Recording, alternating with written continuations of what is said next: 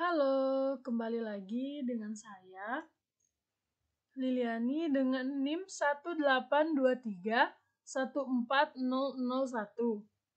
Di sini saya akan mempresentasikan hasil laporan atau data-data yang telah saya kumpulkan untuk dibagikan ke teman-teman.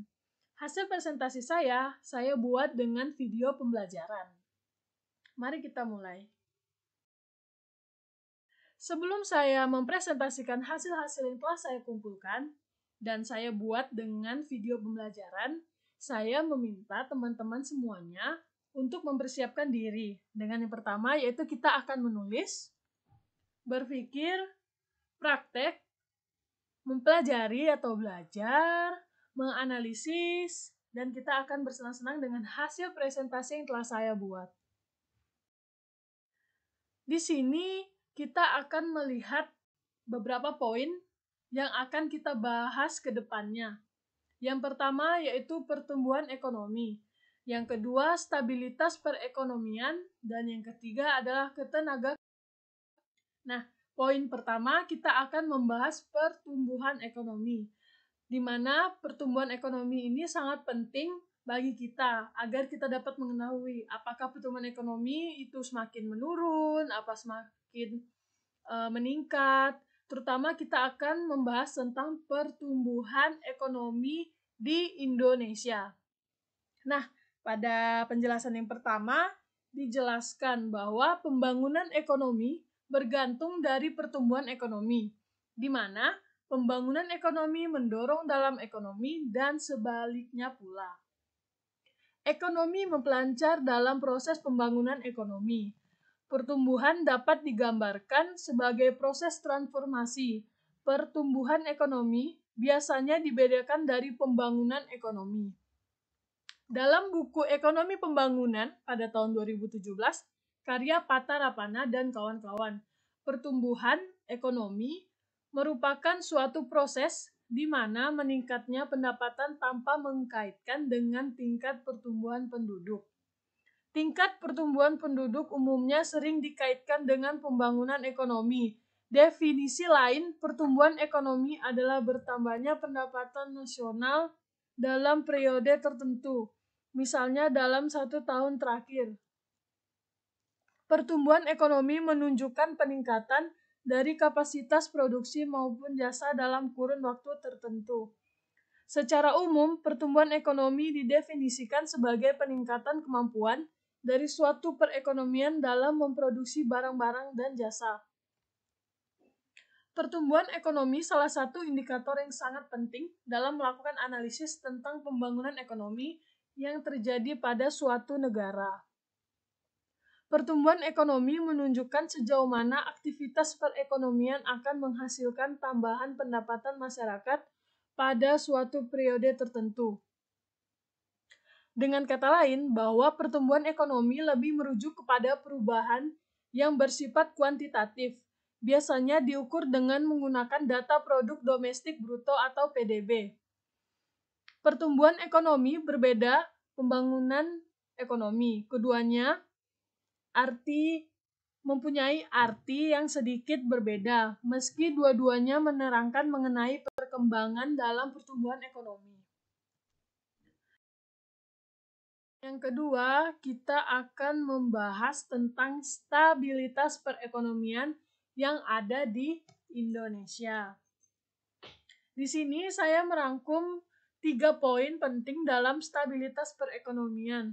Yang pertama, stabilitas ekonomi merupakan dasar tercapainya peningkatan kesejahteraan rakyat, yaitu melalui peningkatan pertumbuhan ekonomi yang tinggi. Stabilitas ekonomi akan dicapai ketika terdapat keseimbangan atau kesinambungan antara permintaan domestik dengan pengeluaran domestik, tabungan, dan investasi. Dan yang kedua, dapat kita lihat bahwa pemerintah mengklaim stabilitas sistem keuangan triwulan kedua tahun 2020 masih dalam kondisi normal, meskipun pertumbuhan ekonomi mengalami kontraksi sekitar minus 5,32% secara tahunan. Dan Dana Moneter Dunia memperkirakan perekonomian global tahun 2020 terkontraksi sebesar minus 4,9%.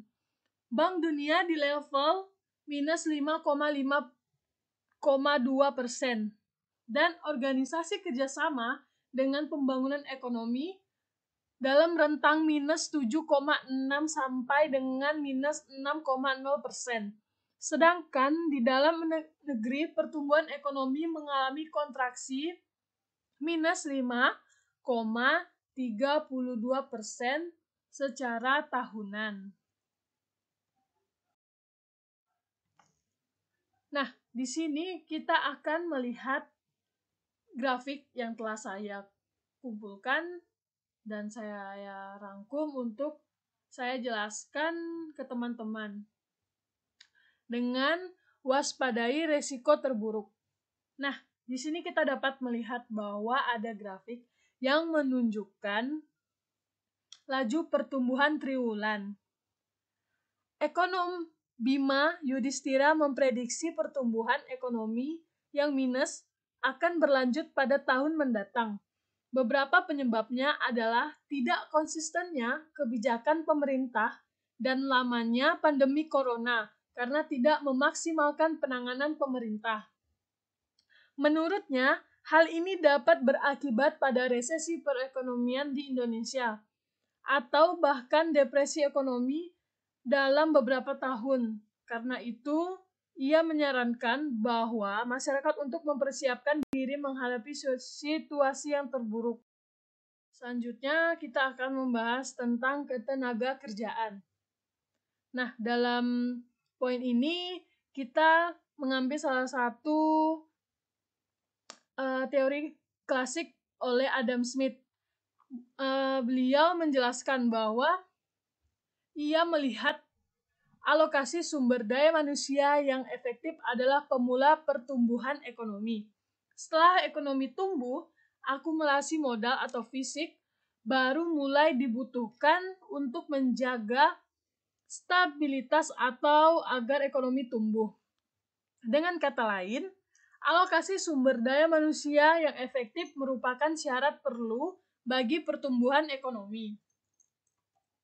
Dan yang kedua, Badan Pusat Statistik mendefinisikan tenaga kerja sebagai seluruh penduduk dalam usia kerja kurang lebih 15 tahun ke atas yang berpotensi memproduksi barang dan jasa. BPS atau Badan Pusat Statistik membagi tenaga kerja menjadi 3 bagian, yaitu yang pertama tenaga kerja penuh atau full employed.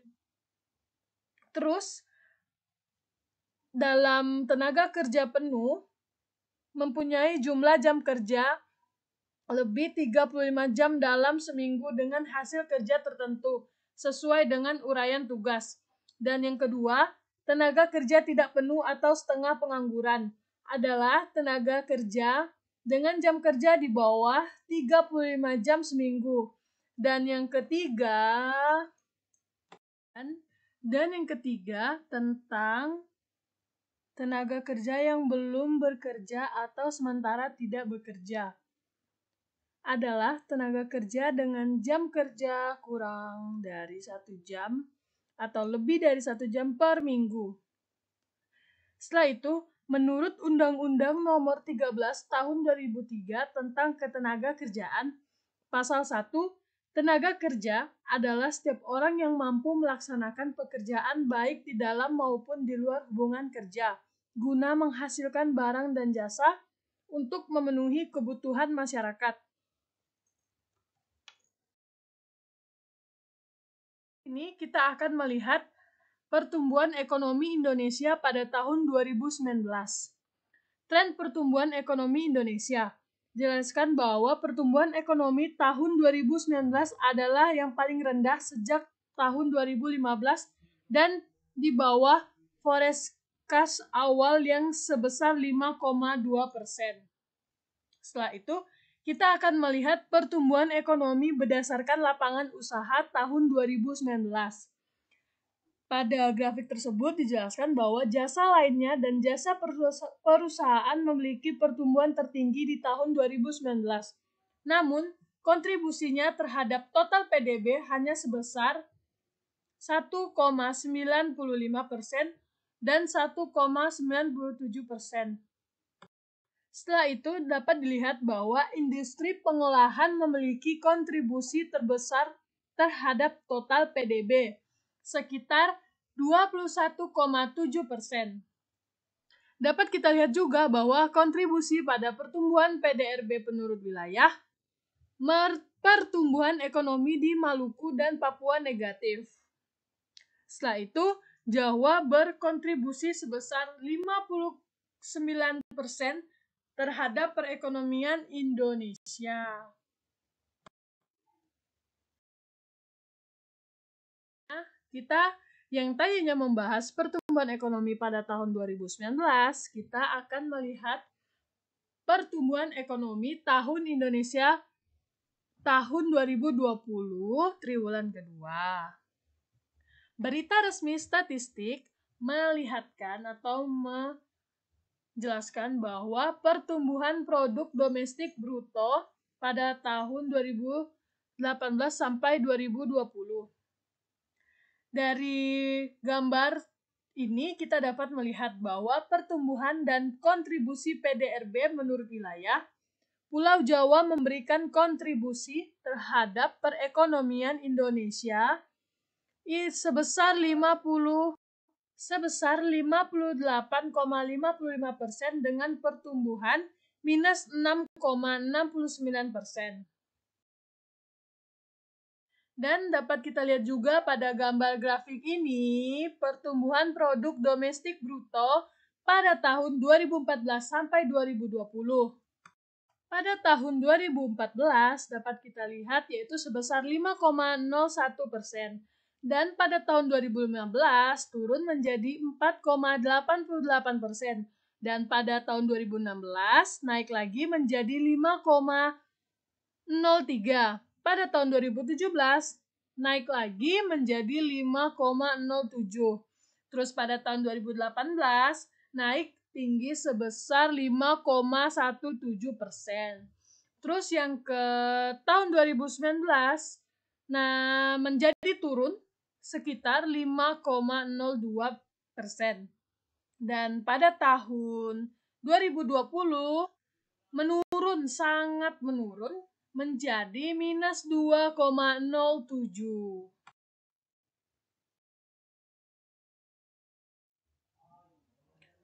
Nah, setelah kita melihat data-data yang telah saya kumpulkan, kita juga akan melihat bahwa untuk mengukur pertumbuhan ekonomi, para ekonom menggunakan data produk.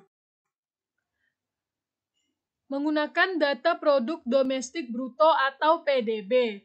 PDB perekonomian mengukur nilai tambah total, pendapatan total, dan total pengeluaran atau konsumsi dalam perekonomian.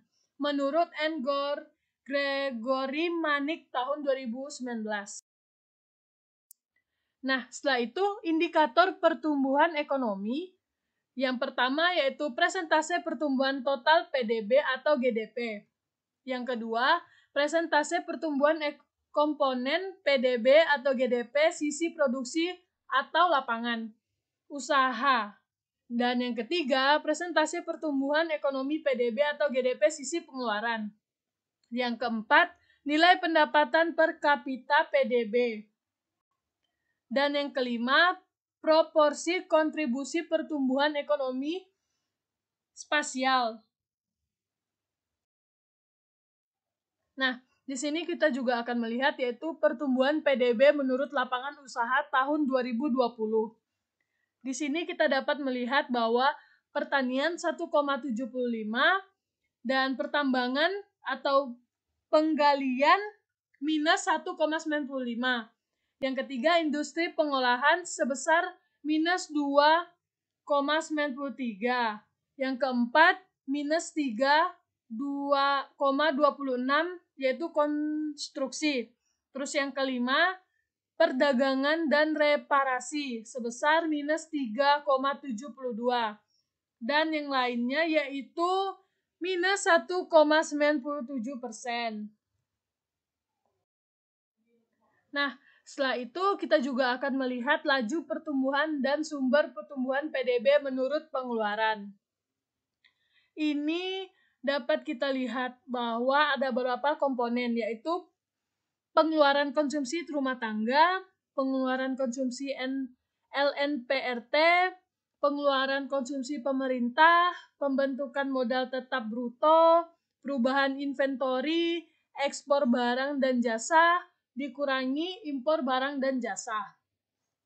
Nah, dapat kita lihat bahwa laju pertumbuhan dan sumber pertumbuhan pada tahun 2020 mengalami perubahan setiap tahunnya. Nah, dapat kita lihat juga yang di bawah ada PDB atas dasar harga berlaku dan harga konstan tahun 2010 menurut pengeluaran.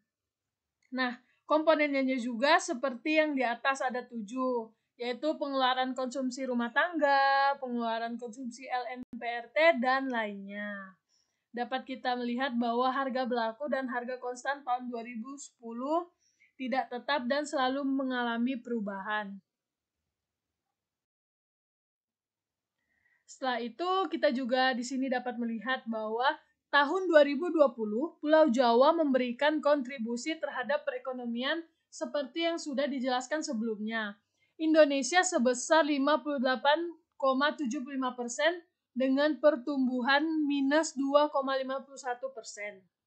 Dapat kita lihat bahwa Sumatera kontribusinya 21,36%, dan Kalimantan kontribusinya 7,94%, Sulawesi kontribusinya 6,66%, Maluku dan Papua sebesar 2,35%, dan Jawa 58,75%, Bali dan Nusa Tenggara sebesar 2,94%. Nah, dapat kita lihat seperti yang telah dijelaskan bahwa Pulau Jawa itu memberikan kontribusi yang sangat besar terhadap perekonomian Indonesia, yaitu sebesar 58,75%.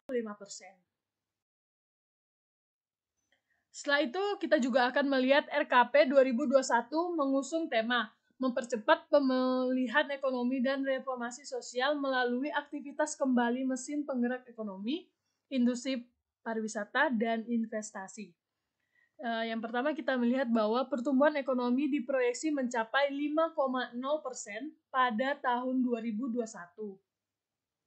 Dan kebijakan pendongkrak investasi di tahun 2021 yaitu penyelesaian RUU terkait ketentuan dan fasilitasi perpajakan. Yang kedua, fasilitas kemudahan akses pinjaman perbankan. Yang ketiga, fasilitas investasi seperti percepatan perizinan berusaha di K, L, atau D melalui OSS. Yang keempat, kemudahan investasi berorientasi ekspor. Yang kelima, kemudahan pemenuhan bahan baku dalam negeri dan ekspor. Setelah itu, kita lihat juga selain peningkatan investasi, target lainnya adalah yaitu ekspor barang dan jasa naik 4,5%. Konsumsi masyarakat 4,7%, konsumsi pemerintah 6,2%, impor barang dan jasa 5,9%. Dari sisi lapangan usaha, pencapaian pertumbuhan ekonomi akan didorong sektor industri, perdagangan, penyediaan akomodasi, dan makan minum. Dari sisi kewilayahan, pemulihan ekonomi Kalimantan, Sumatera, dan Sulawesi akan didorong peningkatan harga komoditas, khususnya harga batu bara, CPO, dan nikel. Sektor pertanian, kehutanan, dan perikanan juga akan mengalami akselerasi pertumbuhan. Pada tahun 2021, proses pengendalian COVID-19 sangat bergantung pada penemuan dan distribusi vaksin, hingga mencapai herd immunity. Oleh karena itu, keberhasilan pengendalian COVID-19 serta kebijakan penanganannya akan menjadi faktor kunci bagi pemulihan ekonomi tahun 2021. Sekian hasil presentasi saya ucapkan terima kasih. Semoga bermanfaat untuk kita semua.